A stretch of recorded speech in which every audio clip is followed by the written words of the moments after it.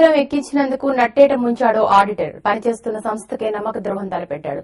చిరుద్యోగి కాస్త కోట్లకు పడగలెత్తాడు. మనోడి దెబ్బకు 2 సంస్థలు దివాలా తీయగా వందలాది మంది ఉద్యోగులు రోడ్డున పడ్డారు. పాపం పండింది. బ్యాంకుల మేరకు ఆ బాధితుల ఆరోపణ కేసు నమోదైంది.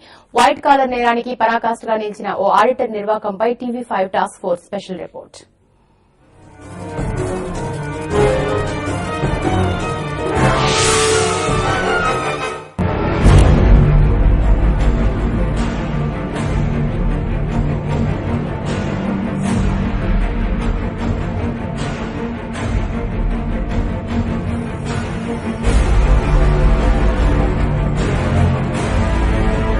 సౌభాగ్య ప్రాజెక్ట్స్ సంస్థలో 4 ఏళ్ల క్రితం మద్దిపోటి వెంకట సత్యరాము ఆడిటర్ గా చేరాడు. అనతి కాలంలోనే ఆడిటర్ నుంచి ఏకంగా సంస్థ డైరెక్టర్ గా ఎదిగాడు. అక్కడితో సంతృప్తి చెందక సంస్థకే ఎసరు పెట్టేలా పావులు కదిపాడు. తన మాస్టర్ మైండ్ తో భార్యతో పాటు తల్లిదండ్రుల్ని కూడా సంస్థలో డైరెక్టర్లుగా చేశాడు.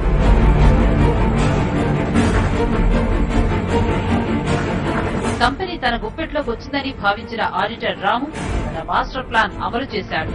సౌభాగ్య ప్రాజెక్ట్స్ యజమాని ఎన్వీఎస్ రెడ్డి పేరుతో తప్పుడు పత్రాలు సృష్టించి బ్యాంకులకు టోకరా వేసినట్టు ఆరోపణలు.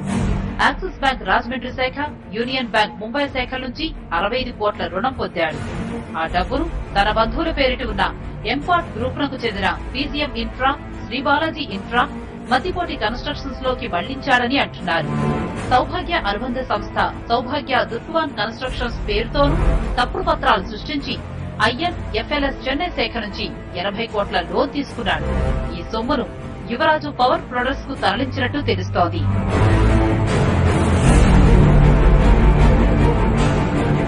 ఆడిటర్ మోసానికి సౌభాగ్య ప్రాజెక్ట్స్ ఆర్థిక పరిస్థితి తలకిందులైంది. సంస్థలో పనిచేస్తున్న సుమారు 1000 మంది ఉద్యోగులు ఉపాధి కోల్పోయి రోడ్డున పడ్డారు. కంపెనీ ఉనికి ప్రశ్నార్థకంలో పడింది.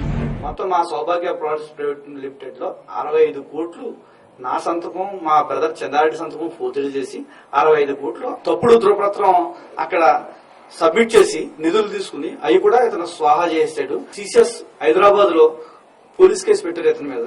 మొత్తం ఈ వ్యవహారంలో ఎంవీఎస్ రాము, అతని భార్య సుజాత, అతని తండ్రి ఎంఎస్ చౌదరి, అతని తల్లి వరలక్ష్మి దీనికి అందరికీ కారణం. సౌభాగ్య ప్రాజెక్ట్స్ అంతు చూసిన ఆడిటర్ రాము కన్ను మరో కంపెనీపై పడింది. ఈసారి రాజమండ్రిలోని లక్ష్మణ్ పేపర్ మిల్స్ ను టార్గెట్ చేశాడు. కంపెనీలో వాటాదారుడిగా చేరాడు.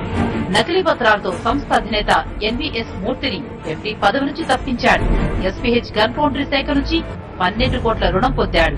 సొమ్ము తిరిగి చెల్లించకపోవడంతో లక్ష్మణ్ పేపర్ మిల్స్ ను బ్యాంకు జప్తు చేసింది. సంస్థ మాజీ ఎండీ ఎన్వీఎస్ మూర్తికి రావాల్సిన వాటా కూడా దక్కలేదు.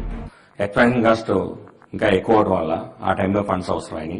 ఈ మధ్యలో రాము నన్ను అప్రోచ్ అయ్యి నమ్మించి నమ్మబలికి నా ఫ్యాక్టరీని అతను హ్యాండ్ఓవర్ చేసుకుని నాకు ఇవ్వాల్సిన సొమ్ము, నాకు గౌరవ వేతనం కూడా ఇవ్వకుండా నన్ను ఫ్యాక్టరీలోంచి అర్థంతరంగా బయటకు పంపించేసి నన్ను ఒక కిడ్నాప్ కేసులో కూడా ఇరికించి నా ఫ్యాక్టరీ మూతపట్టడానికి కారణమయ్యాడు.